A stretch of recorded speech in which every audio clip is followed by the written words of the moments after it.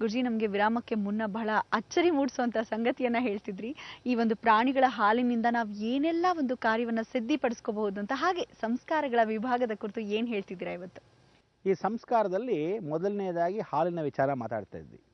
ಈ ಹಾಲಿನ ವಿಚಾರದಲ್ಲಿ ಏನು ಅಂದರೆ, ನಾವು ಹಾಲಿಗೂ ಯಾರ್ಯಾರು ಕೊಡಬೇಕು? ಮಕ್ಕಳ ಕೊಡ್ತೀವಿ. ಅದೇ ರೀತಿ ಹಾವಿಗೆ ಹಾಲು ಹಾಕ್ದಂಗೆ ಆಯ್ತಲ್ಲಪ್ಪ ಅಂತ ಮಾತುಗಾದರೂ ಹೇಳ್ತೀರ. ನಿಜ ಸ್ಥಿತಿ ಅಂದರೆ, ಪ್ರತ್ಯೇಕವಾಗಿ ಪ್ರತಿಯೊಬ್ಬ ಮನುಷ್ಯ ಪ್ರತ್ಯಕ್ಷ ಸಾಕ್ಷಿಯಾಗಿ ನೋಡ್ತಕ್ಕಂಥ ಏಕೈಕ ದೇವರು ಅಂದರೆ ಸಾಕ್ಷಾತ್ ಸೂರ್ಯನಾರಾಯಣ. ಎರಡನೇದಾಗಿ ಪ್ರತ್ಯಕ್ಷ ದೇವರು ಯಾರೋ? ಹಾವು. ಅದಕ್ಕೆ ಈ ಹಾವು ಸೂರ್ಯನಾರಾಯಣ ನಮ್ಗೆ ಯಾವತ್ತಿದ್ರೂ ಕಾಣ್ತಕ್ಕಂಥ ದೇವರುಗಳೇ. ಅದಕ್ಕೋಸ್ಕರ ಅದನ್ನು ಪೂಜೆ ಪುನಸ್ಕಾರವನ್ನು ಮಾಡಬೇಕಾದ್ರೆ ಒಂದು ಧರ್ಮ ಇದೆ. ನಾವು ಸೂರ್ಯನಾರಾಯಣ ಸ್ಮರಣೆ ಮಾಡಿದಾಗ ಗಜಪೂಜೆಯನ್ನು ಮಾಡಬೇಕು. ಹಸುವಿನ ಹಾಲು ಗಜಪೂಜೆಯನ್ನು ಮಾಡಿದಾಗ ಆ ಹಾಲು ತೊಗೊಂಬಂದು ಹಾವಿಗೆ ಹಾಕಬೇಕು, ತನಿ ಎರಿಬೇಕು ಅಂತೀವಿ. ಇದನ್ನು ಪ್ರತಿ ಚೌತಿ ದಿವಸನ ಮಾಡ್ಕೊತಾರೆ. ಈ ಹಾಲನ್ನು ಹಾಕಬೇಕಾದ್ರೆ ಸಾಧಾರಣವಾಗಿ ನೀವೆಲ್ಲ ಏನು ಮಾಡ್ತೀರಾ? ಎಲ್ಲರೂ ಹುತ್ತಕ್ಕೆ ಎತ್ಕೊಂಡು ಹೋಗಿ ಹಾಕ್ತೀರಾ. ಹುತ್ತಕ್ಕೆ ಹಾಕಬಾರ್ದು. ಯಾವ ಕಾಲಕ್ಕೂ ಕಲ್ಲಿಗೆ ಹಾಕಬೇಕು. ಮೊದಲಿಂದ ಹೇಳ್ತಾ ಇದ್ದೀನಲ್ವ. ಆದರೆ ಈ ಹಾವುಗೇನೆ ಹಾಲು ಕೊಡ್ತಕ್ಕಂಥದ್ದು ಮನ್ನಾರ್ ಶಾಲೆ. ನೀವು ನೋಡ್ಕೊಳ್ಳಿ, ಈ ಮನ್ನಾರ್ ಶಾಲೆ ಅಂತಕ್ಕಂಥ ವಿಶೇಷವಾಗಿ ಕೇರಳ ಪ್ರಾಂತದಲ್ಲಿದೆ. ಇಲ್ಲಿ ಭಾಳ ವಿಶೇಷವಾಗಿರ್ತಕ್ಕಂಥ ಸರ್ಪಗಳು. ಈ ಸರ್ಪಗಳಲ್ಲಿ ಇವತ್ತು ಗರ್ಭಗುಡಿಯಲ್ಲಿ ಹಾಲು ವಿಶೇಷವಾಗಿ ಕೊಡ್ತಾರೆ. ಯಾರೋ? ನೀವುಗಳೇ ಸ್ವತಃ ಹೋಗಿ ಹಾಲು ನೀಡ್ಬೋದು. ಗರ್ಭಗುಡಿಯಲ್ಲಿ ಯಾವ ವಿಗ್ರಹಗಳು ಇಲ್ಲ, ಬರೀ ಹಾವುಗಳು ಕೂತಿರುತ್ತವೆ. ಆ ಹಾವುಗಳನ್ನ ಪೂಜೆ ಮಾಡೋದು ಒಂದು ಅಜ್ಜಿ ಇದ್ದಾರೆ. ಆ ಅಜ್ಜಿಗೆ ಸುಮಾರು 110 ವರ್ಷಗಳು. ಈ 110 ವರ್ಷ ಅಜ್ಜಿಗಳನ್ನ ನೋಡೋಕ್ಕೆ ಪ್ರಯತ್ನ ಭಾಳ ಜನ ಮಾಡ್ತಾರೆ. ಆದರೆ ಕಣ್ಣಿಗೆ ಕಾಣದೇ ಇರತಕ್ಕಂಥ ವಿಶೇಷ ಅಂದರೆ, ಅಲ್ಲಿರ್ತಕ್ಕಂಥ ಅಡಿಕೆ ಪಟ್ಟೆಯಲ್ಲಿ, ಅಲ್ಲಿರ್ತಕ್ಕಂಥ ಏನೋ ಹೇಳ್ತೀವಿ ಟಾಟ್ನಿಂಗು, ಆ ಅಡಿಕೆ ಪಟ್ಟೆನಲ್ಲಿ, ಆ ಪಟ್ಟೆಗಳಲ್ಲಿ ಮಾಡಿರ್ತಕ್ಕಂಥ ಛತ್ರಿಗಳನ್ನು ಆ ಅಜ್ಜಿ ಇಟ್ಕೊಂಡು ಹಾವಿನ ರೂಪದಲ್ಲೇ ನಡ್ಕೊಂಡು ಹೋಗ್ತಾರೆ. ಅವ್ರ ಬಾಯಿ ನೋಡ್ಬೇಕು ನೀವು. ಆ ಅಜ್ಜಿ ಬಾಯಿ ಸಾಕ್ಷಾತ್ ಹಾವಿನ ಸ್ವರೂಪದಲ್ಲಿರುತ್ತೆ. ಆ ಗಂಟಲು ನೋಡಬೇಕು, ಎಲ್ಲವೂ ಹಾವಿನ ಮಯವಾಗಿರುತ್ತೆ. ಆ ತಲೆಯ ಭಾಗ ನೋಡಬೇಕು, ಹೆಡೆಯ ಆಕಾರದಲ್ಲಿ ಇರುತ್ತೆ. ಆ ಕಣ್ಣುಗಳು ಸಾಕ್ಷಾತ್ ದೇವಿ ಸ್ವರೂಪ ಹಾವೇ ಹೌದು.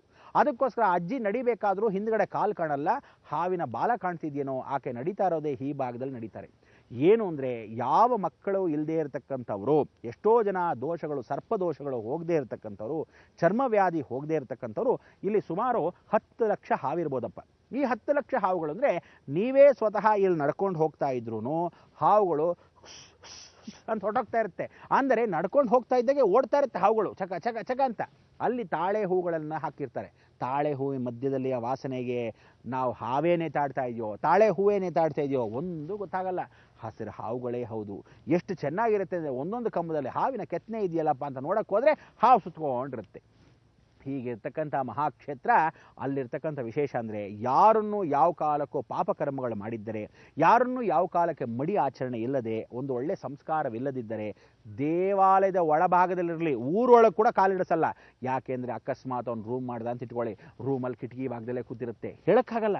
ಆದರೆ ನಿಜವಾದ ನಿಶ್ಚಲ ಮನಸ್ಸಿಂದ ಬಂದು ನೀವು ಪೂಜೆಯನ್ನು ಮಾಡ್ತೀವಿ ಅಂತ ಒಂದು ಸಂಕಲ್ಪ ಇಟ್ಕೊಂಡು ಈ ಕ್ಷೇತ್ರಕ್ಕೆ ಕಾಲಿಟ್ಟರೆ, ಒಳಭಾಗದಲ್ಲಿ ಕಲ್ಯಾಣಿಯಲ್ಲಿ ಸ್ನಾನ ಮಾಡಬೇಕು.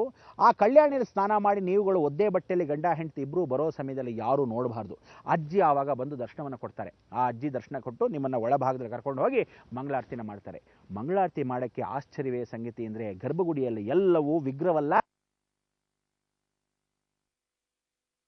ನಿಮ್ಮ ಕೈಯಲ್ಲೇ ಇಡ್ತಾರೆ, ನಿಮ್ಮ ಕೈಯಲ್ಲೇ ಪೂಜೆ ಮಾಡಿಸ್ತಾರೆ. ಆ ಮಹಾಮಂಗಳಾರತಿ ನೈವೇದ್ಯವನ್ನು ಮಾಡುತ್ತೆ.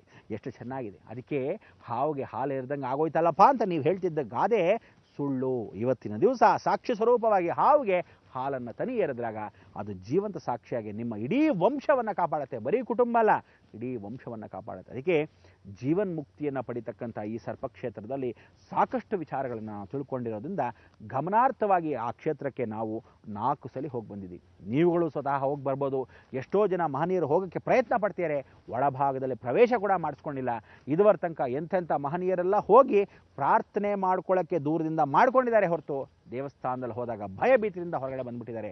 ಇಂಥ ಒಂದು ಕಾಲ ಸಂದಿಗ್ಧ ಕಾಲ. ಅದಕ್ಕೆ ಮನ್ನಾರ್ ಶಾಲೆ ಅಂತಕ್ಕಂಥದ್ದು ನಾಗದೇವತೆ ಕ್ಷೇತ್ರ, ಆ ನಾಗಕನ್ಯೆ ವಾಸವಾಗಿರೋ ಕ್ಷೇತ್ರ. ಇವತ್ತಿಗೂ ಆ ಅಜ್ಜಿ ಪೂಜೆ ಮಾಡ್ತಾ ಇದ್ದಾರೆ. ಆ ಅಜ್ಜಿ ಇನ್ಯಾರೂ ಅಲ್ಲ, ಸಾಕ್ಷಾತ್ ನಾಗಕನ್ಯನೇ ಇರಬಹುದು ಅಂತ ನಮ್ಮೆಲ್ಲರ ಭಾಸ. ಯಾಕೆಂದರೆ ಆಕೆನೇ ಸ್ವತಃ ಹಾವಿದ್ದಾಗಿದ್ದಾಗ ಇನ್ನೇನು ಆಕೆ ಕಾಣೋದು ಸದ್ಯ. ಎಷ್ಟೋ ಜನ ಓಡ್ ಹೋಗಿ ನೋಡೋಕ್ಕೆ ಪ್ರಯತ್ನ ಪಡ್ತಾರೆ, ಆಗೋದಿಲ್ಲ. ಅದಕ್ಕೆ ನೀವೆಲ್ಲರೂ ಹೋಗಿ ಆ ಜೀವನ್ಮುಕ್ತಿಯಾಗಿರ್ತಕ್ಕಂಥ ಇವತ್ತು ಸಾಕ್ಷಿ ರೂಪವಾಗಿರ್ತಕ್ಕಂಥ ಮನ್ನಾರ್ ಶಾಲೆಗೆ ಹೋಗೋಕ್ಕೆ ಆ ಹಾಲನ್ನು ಎತ್ಕೊಂಡು ಹೋಗಿ ಸ್ಮರಣೆ ಮಾಡ್ಕೋಬೇಕು. ಅದಕ್ಕೆ ನೀವೇನು ಮಾಡಿ, ನಿಮ್ಮ ಮನೇಲಿ 1 ಲೀಟರ್ ಹಾಲನ್ನು ದೇವ್ರ ಮನೇಲಿ ಇಟ್ಟು ಸ್ಮರಣೆ ಮಾಡಿಕೊಂಡು, ನನ್ನ ಮನೆ ದೋಷವನ್ನು ಪರಿಹಾರ ಮಾಡ್ತಕ್ಕಂಥದ್ದು ಕಾಯಿಸಿದ ಹಾಲಲ್ಲ, ಬರೀ ಹಾಲು ಹಾಗೇ ಇಟ್ಟು ಹೋಗಿ ಬರೋದ್ರೊಳಗೆ ಅದು ವಿಷವಾಗಿರುತ್ತೆ, ಅದನ್ನು ಪರಿಪೂರ್ಣವಾಗಿ ಒಂದು ನದಿಗೋ ಅಥವಾ ಒಂದು ಕೆರೆಗೋ ಹಾಕಿ ತದನಂತರ ಪ್ರಾಯಶ್ಚಿತ್ತವನ್ನು ಪಡಿಬೇಕು. ಅದು ಹೇಗೆ ಎತ್ತ ಅಂತ ಮುಂದಿನ ದಿನ ತಿಳಿಸ್ಕೊಡ್ತೀನಿ. ಇವತ್ತಿನ ಹಾವಿನ ಕ್ಷೇತ್ರದಲ್ಲಿ ಒಂದು ಸಂಸ್ಕಾರವಾಗಿರ್ತಕ್ಕಂಥ ಜೀವನ ಏನು ಅಂದರೆ, ಪ್ರತಿಯೊಬ್ಬ ಮನುಷ್ಯನಿಗೂ ಹಾವು ಯಾವ ಕಾಲಕ್ಕೂ ಬಾಯಲ್ಲಿ ಮಾತ್ರ ವಿಷ, ಚೇಳಿಗೆ ಬಾಲದಲ್ಲಿ ವಿಷ, ಮನುಷ್ಯ ಜಾತಿಗೆ ಪರಿಪೂರ್ಣವಾಗಿ ತಲೆ ಕೂದಲಿಂದ ಹಿಡಿದು ಕಾಲು ಭಾಗದವರೆಗೂ ವಿಷ. ವಿಷಜಂತು ಮನುಷ್ಯನಿಗಿಂತ ದೊಡ್ಡ ವಿಷಜಂತು ಇಲ್ಲ. ಆದರೆ ನಮ್ಮ ಸಂಸ್ಕಾರದ ಏನು ಹೇಳ್ತೀವಿ, ಪ್ರಾಣಿ ಪಕ್ಷಿಗಳನ್ನು ಗೌರವಿಸಿ ಜೀವನ ಪರ್ಯಂತ ಇನ್ನು ಮೇಲಾದರೂ ಹಸುಗೆ ಗೋ ರಕ್ಷಣೆ ಅಂತ ಹೇಳಿ ಅದನ್ನು ಊಟ ಉಪಚಾರಗಳು, ಕಾಳುಬೇರುನ ಕಪ್ಪು ನಾಯಿಗೆ ಪರಿಪೂರ್ಣವಾಗಿ ಮನೆಯಲ್ಲಿ ಸಾಕೊಂಡಾಗ ಮನೆ ಹೊಸಲೊಳಗೆ ಇಡಬಾರ್ದು, ಹೊರಗಡೆ ಇಡಬೇಕು. ಆ ಹೊಸಲು ಒಳಭಾಗದಲ್ಲಿ ಸೇರಿಸಿದ್ರೆ ನವಗ್ರಹ ದೋಷಗಳು ಬರುತ್ತೆ, ಹುಷಾರ್. ಹೊರಭಾಗದಲ್ಲಿದ್ದರೆ ಕಾಳುಬೇರಿನ ಪೂಜೆಯನ್ನು ನೀವೇನು ಊಟ ಮಾಡ್ತೀರಾ, ನೀವು ಊಟ ಮಾಡೋಕ್ಕೆ ಮೊದಲು ನಾಯಿಗೆ ಹಾಕಬೇಕು, ತದನಂತರ ಪರಿಪೂರ್ಣವಾಗಿ ನೀವು ತಿನ್ನಬೇಕು. ಅದಕ್ಕೆ ಭೈರವ ಸ್ವರೂಪವಾಗಿ ಪೂರ್ಣ ಕಪ್ಪಾಗಿರ್ತಕ್ಕಂಥ ನಾಯಿನ ಪೂಜೆಯನ್ನು ಮಾಡಬೇಕು. ಹುಂಜ ಅಂದರೆ ಕೋಳಿಗಳಾಗಿರ್ತಕ್ಕಂಥವ್ರಿಗೆ ಯಾವ ಕಾಲಕ್ಕೂ ತಿನ್ನಬಾರ್ದು. ಮೀನುಗಳನ್ನು ಸಾಕಬೇಕು, ಮೀನುಗಳು ಮತ್ಸ್ಯಂತ್ರ ಸ್ವರೂಪ, ಇದನ್ನು ತಿನ್ನಬಾರ್ದು. ಯಾರು ಈ ಮೀನು ಕೋಳಿಯನ್ನು ತಿಂತೀರಾ ಜೀವನ ಪರ್ಯಂತ ಅನುಭವಿಸೋದು ಖಚಿತ. ಗೊತ್ತೇ ಇಲ್ಲದೆ ಅನುಭವಿಸ್ತಾ ಇರ್ತೀರಾ, ಫೈನಾನ್ಷಿಯಲ್ ಮ್ಯಾಟ್ರಸ್ಸು, ಕೆಲಸ ಕಾರ್ಯ ಇಲ್ಲದೆ ಆ ರೀತಿ ದೋಷಗಳು. ಯಾಕೆ ಅಂದರೆ ಇದು ಸುಬ್ರಹ್ಮಣ್ಯನ ಅಂಶವಾಗಿರ್ತಕ್ಕಂಥ ಸುಬ್ರಹ್ಮಣ್ಯ ಸೊತ್ತು. ಯಾವುದು ಅಂದರೆ ಮತ್ಸ್ಯಂತ್ರ, ಸುಬ್ರಹ್ಮಣ್ಯನೇ ನಿಂತಿದ್ದಾನೆ ಕುಕ್ಕೆಯಲ್ಲಿ, ಸಾಕ್ಷಾತ್ ಅವನ ಧ್ವಜದಲ್ಲೇ ಇರತಕ್ಕಂಥ ಕೋಳಿ ಇದೆ. ಇದೆರಡೂ ರಾಕ್ಷಸ ಸಂಭೂತವಾಗಿರೋದ್ರಿಂದ ಆ ದೋಷಗಳು ಪರಿಹರಿಸಬೇಕು. ತದನಂತರ ಉಳಿದಿರತಕ್ಕಂಥದ್ದೇನೋ ಈ ದೈವ ಸಂಭೂತವಾಗಿರ್ತಕ್ಕಂಥ ಪ್ರಾಣಿ ಪಕ್ಷಿ ಜೀವರಾಶಿಗಳಲ್ಲಿ ನಾವೆಲ್ಲ ಸಂರಕ್ಷಣಾ ಸ್ವರೂಪಕ್ಕೆ ಹಾವು ಕೂಡ ಜೀವ ಇದೆ. ನೀವೆಷ್ಟು ಭಯ ಪಡ್ತೀರೋ ಅದು ಅಷ್ಟೇ ಭಯ ಪಡುತ್ತೆ. ಆದ್ದರಿಂದ ಹುತ್ತಕ್ಕೆ ಯಾವ ಕಾಲಕ್ಕೂ ಹಾವು ಹಾಕದೆ ನೀವು ಹಾಲನ್ನು ಯಾವ ಕಾಲಕ್ಕೂ ಕಲ್ಲಿಗೆ ಹಾಕಬೇಕು.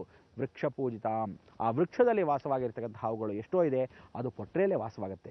ತದನಂತರ ನವಿಲು, ಈ ನವಿಲು ಅಕಸ್ಮಾತ್ ಕಾಡಿನ ಭಾಗದಲ್ಲಿದ್ದಾಗ ಅದಕ್ಕೆ ಅಕಸ್ಮಾತ್ ಕಾಳುಗಳನ್ನು ಹಾಕಿದಾಗ, ಅಂದರೆ 9 ನವಧಾನ್ಯದ ಕಾಳನ್ನು ಎಲ್ಲಾದರೂ ನವಿಲು ಸಿಕ್ಕಿದಾಗ ಆ ದೋಷಗಳನ್ನು ಪರಿಹಾರ ಮಾಡೋಕ್ಕೆ ಮಾಡಿದಾಗ ನಿಮ್ಮಲ್ಲಿ ಅಕಸ್ಮಾತ್ ತೊನ್ನು, ಕುಷ್ಠರೋಗ, ಸೋರಿಯಾಸಿಸ್ ಈ ಥರದ್ದಿದ್ದರೆ ತಲೆ ಭಾಗದಿಂದ ಹಾಗೇ ಇಳಿದು ಹೋಗುತ್ತೆ, ಕಾಲಿನ ಭಾಗಕ್ಕೆ ತುದಿಗೆ ಬರುತ್ತೆ. ತದನಂತರ ವ್ಯಾನಿಷ್ ಅಂದರೆ ಕಾಣೋದೇ ಇಲ್ಲ, ಅಷ್ಟು ಚೆನ್ನಾಗಿ ಚರ್ಮವ್ಯಾಧಿ ಅತಿ ಶೀಘ್ರದಲ್ಲಿ ಗುಣವಾಗುತ್ತೆ.